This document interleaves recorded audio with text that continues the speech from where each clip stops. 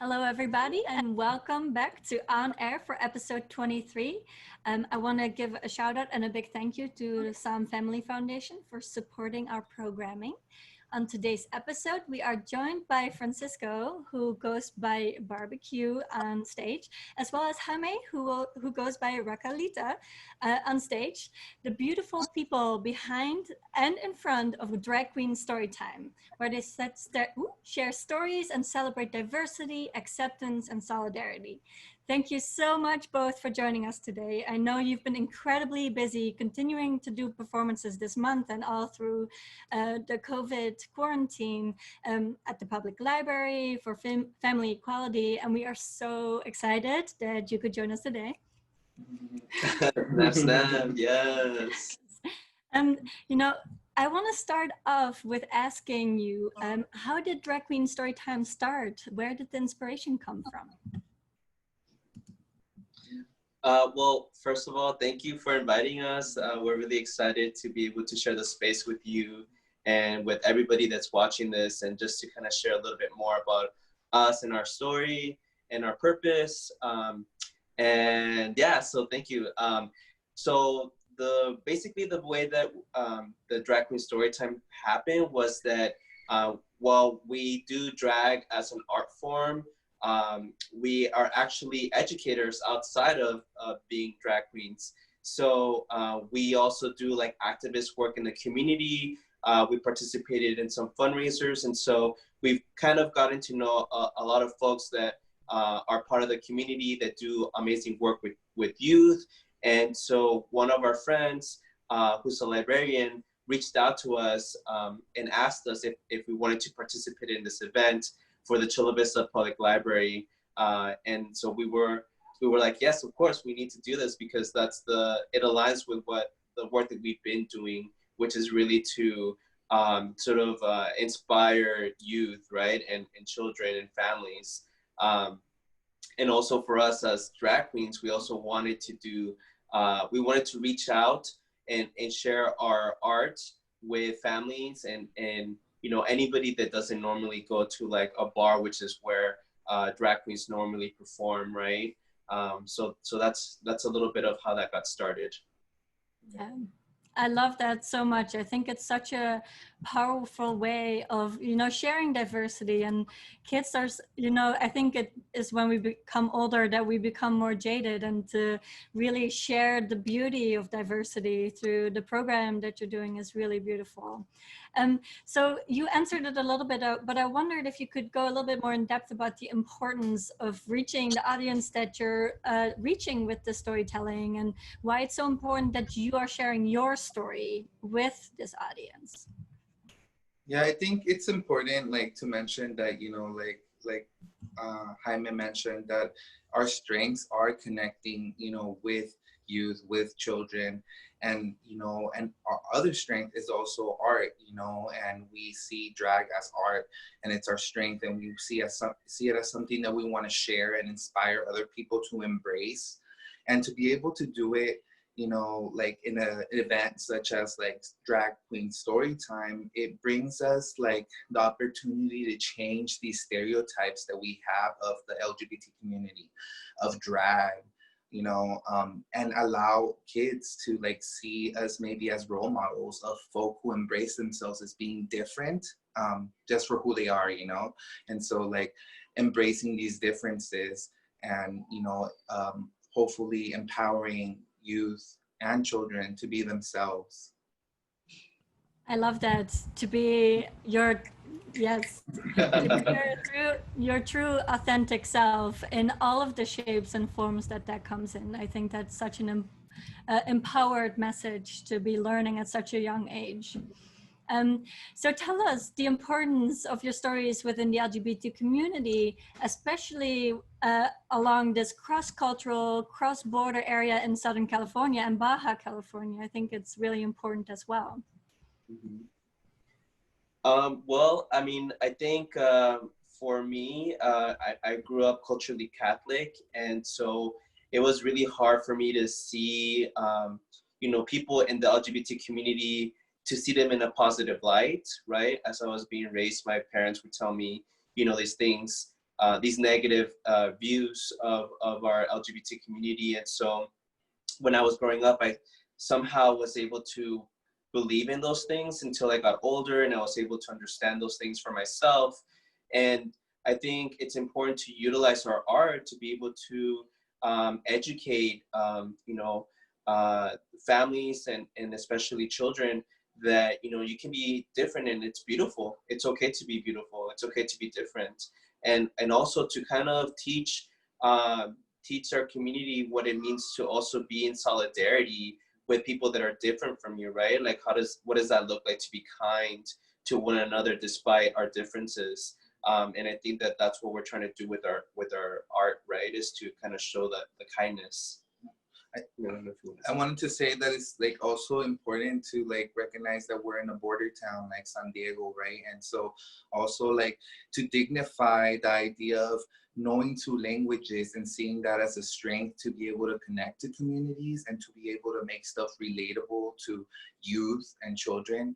And I see that that's how we connect with youth and children, through our language and through embracing it, and to be able to provide a bilingual drag queen story time, I think is like huge in a border town where it's largely Latino, and we see that the Latino community, a lot of it has different views of what it is to be part of the LGBT community. And for us to have grown up in San Diego and now be adults and be able to be that example or those mentors or that image that we never had growing up in San Diego, I think that's like super near and dear to our hearts.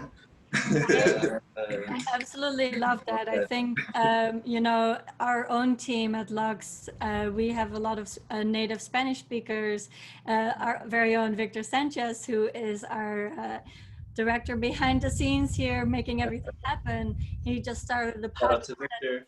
Yeah, just started a podcast that is giving our Spanish artists a platform to express themselves in their native language. So, I think as artists and as art communities, we need to celebrate that and the diversity. San Diego is bilingual and we should celebrate that. And yeah, I'm learning Spanish, but not very good. But yeah, no, I think that's a really beautiful message, and to not be ashamed of the other languages that we speak and to celebrate that and to claim that heritage. And yeah, I love it. So tell us a little bit more about the really powerful moments that you've experienced while doing your performances or having these community interactions. Maybe we can both share a little bit, right? But I think some of the most powerful moments for me is just seeing like the community come together to really celebrate and to honor diversity, right? And creating a safe space for anybody that's in the LGBTQ community, plus the intersections of like other communities that are also different, right? So like the Latino community or like the Black community. And so we've had the opportunity to perform in a lot of different community spaces, like the Centro Cultural de la Raza, which is in Balboa Park, the Sherman Heights Community Center. And so those are some of like my favorite spaces, because those are places that normally don't have a safe space for LGBTQ folks, right? And so for me, like seeing, I don't think we're the first LGBTQ performers, but being one of the few to perform in those spaces, it kind of helps to create like this unprecedented movement to kind of allow other people to feel like they can be included in those spaces. Yeah, I feel also like the idea, like I feel like throughout the experiences that we've had, to be able to share those moments where where a drag queen is in a space that doesn't traditionally like host a drag queen, Mm-hmm. and being able to connect with the children, with the youth. Yes. The way that we find it easy to is by, putting our performances together, thinking about a Disney theme and how that Disney theme could relate to youth and children, because we already know that that's something that they like, right? So using, those themes to connect is very important. I really think of a moment of, it happened actually at the Lux Art Institute.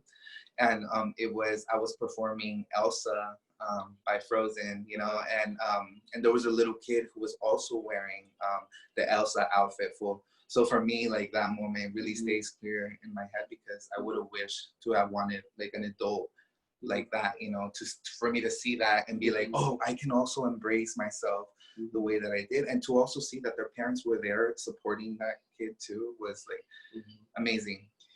Yeah, those are actually really fun moments that that I think have have definitely made an impression, where like we see children actually interacting with us in the performance. Like we'll be dancing and they'll join in, and like they'll be part of the performance as well. Like that, those are really awesome moments where we feel like, you know, it's a community coming together to create a safe space for everybody, not just us, but like for the families as well. Definitely. And I thought, I was also at the event, and I thought it was so empowering that so many families felt empowered by you being there, and just like, oh, finally, this is something that I am proud to take my kids to. This is something that represents my kids, represents me. That's part of what I want, the culture that I want to share with my kids. And I thought that was really powerful, at Lux and at other places in San Diego too. But I know that there's also been obstacles,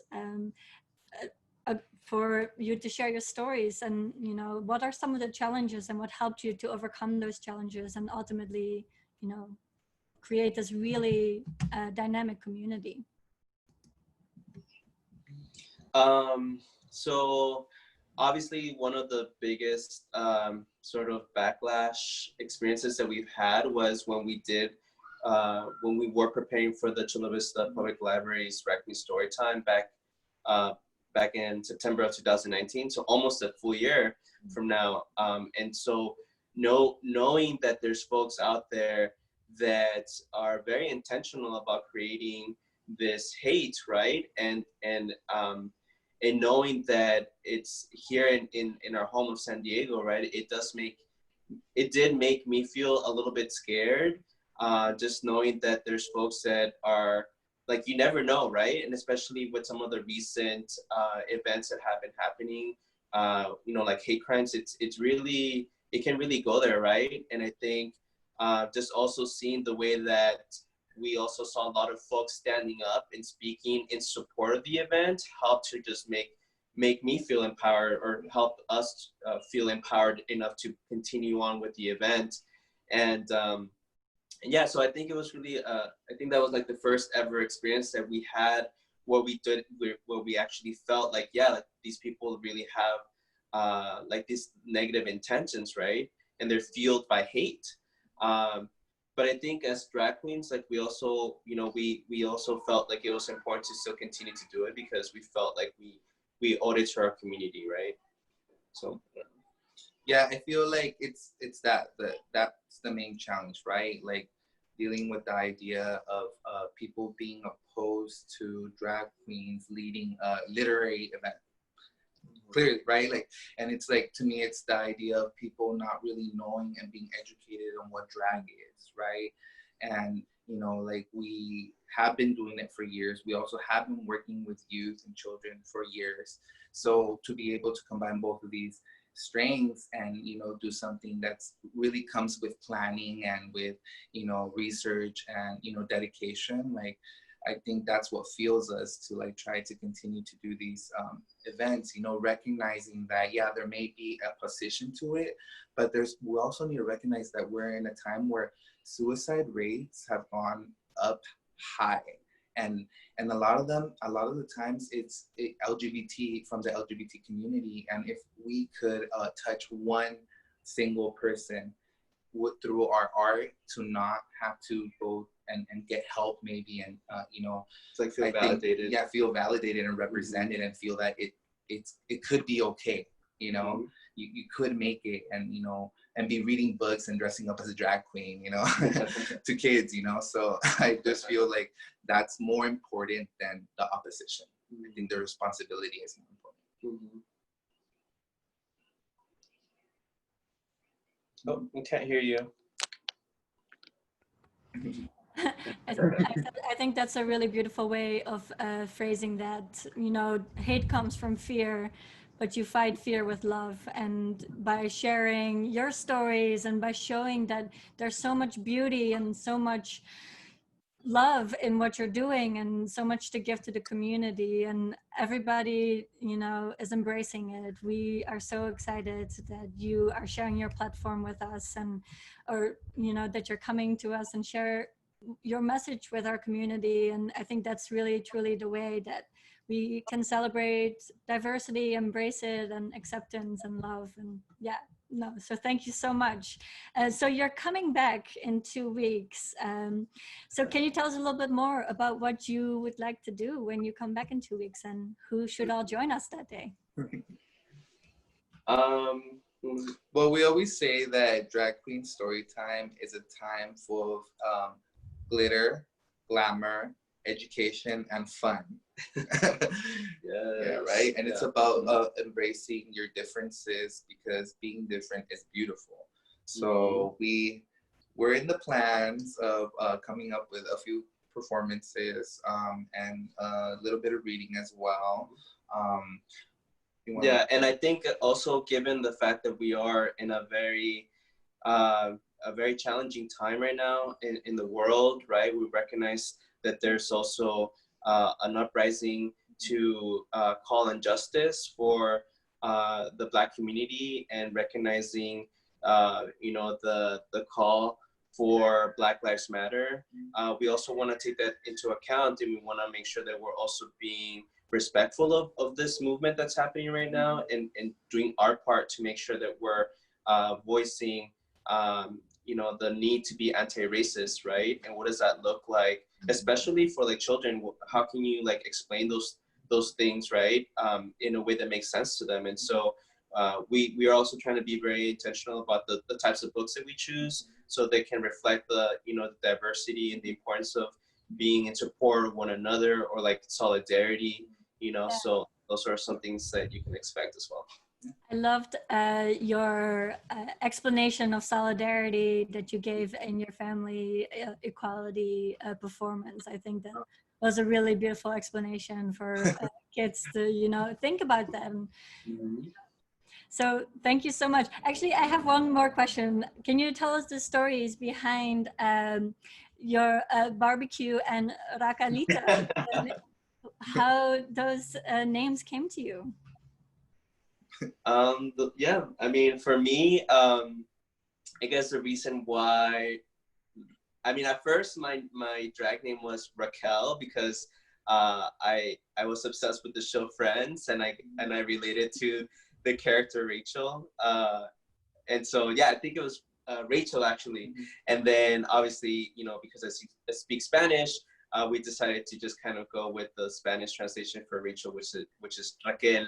And obviously, I'm a little shorter, you know, so Raquelita is just like a diminutive of Rachel, and so you have little Rachel. Yes. And my name, Barbie Q, it just comes from, it's actually, I feel like it's a tool that I've used to heal from my experiences of being at home and not being able to express myself and be myself. So as a little kid, I always wanted to play with Barbies, and I was never able to, because my dad, he just had different views, you know, he was in a different stage in his acceptance of who I was.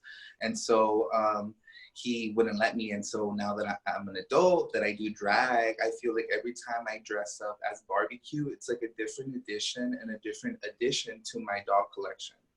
And I like to say Barbie Q as a play on words, because I'm also not like the skinny Barbie Q. I'm definitely curvy and saucy and zesty and sweet. So Sassy. I love it. Well, thank you both so much for joining me and sharing your story. And I very much look forward to your performance on July 9th. So tune in, everybody, family, come support, come celebrate, come have fun, and come learn on July 9th with Barbie Q and Raquel Ita. Get ready Thank to you so much. snap.